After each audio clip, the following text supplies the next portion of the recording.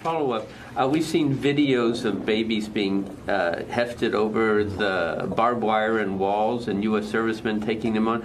Can you tell us what's going on? Are these babies of families who have visas, have U.S. passports? Are they Afghans? Are they people with credentials? What's happening to their families? I have the details. Okay. Yeah. The video you're talking about, the parent asked the Marines to look after the baby because the baby was ill.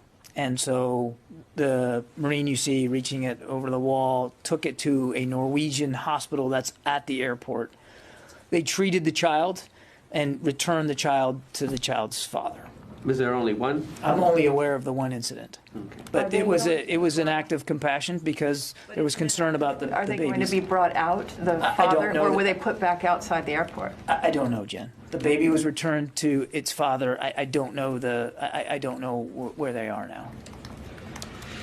We don't. I mean, obviously, we have a responsibility to return a child to the child's parent, and I don't know who the parent is and whether they're an SIV applicant or I don't have that level of detail. But I think this was a very humane act of compassion by the Marines, and it's exactly the kind of skill and professionalism the General talked about.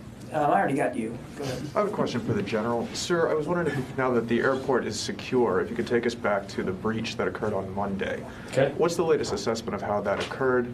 What forces were in the area of that part of the airport at the time, and what was the interaction there? As we know early on, as we built combat power, and in that early stages, it was very dynamic. We assessed after that happened, and obviously reinforced, and throughout those days have ensured that the 360-degree perimeter is.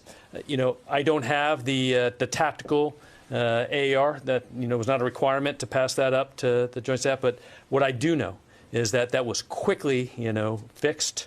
And the commanders there were able to use the assets they had, immediately. And then as we built more combat power to ensure that hasn't happened since then.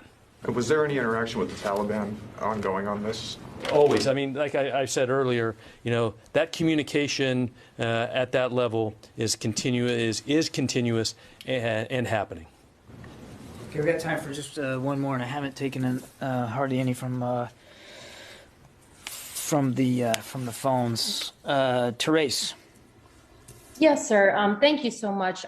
Going back to the children that were being passed over the wall, is there going to be any, regulations stating that this should not be happening, to kind of regulate that parents aren't taking their children and trying to pass them off to get them inside the gate? I know of no such effort to do that, Therese. Again, these are U.S. servicemen and women deployed in a still dangerous and difficult mission. And I think what you saw there is the same thing that you saw when that Air Force jet packed to capacity with people wanting to get out. They're doing the best they can to be as compassionate as they can. And again, the baby was not harmed. It was treated for whatever the illness was and returned to the father. And I think you're seeing, again, these men and women incredibly brave, doing the best they can to be as compassionate as they can. And I think you're going to continue to see that kind of compassion going forward. Okay, guys, we got to get going. Thank you very much.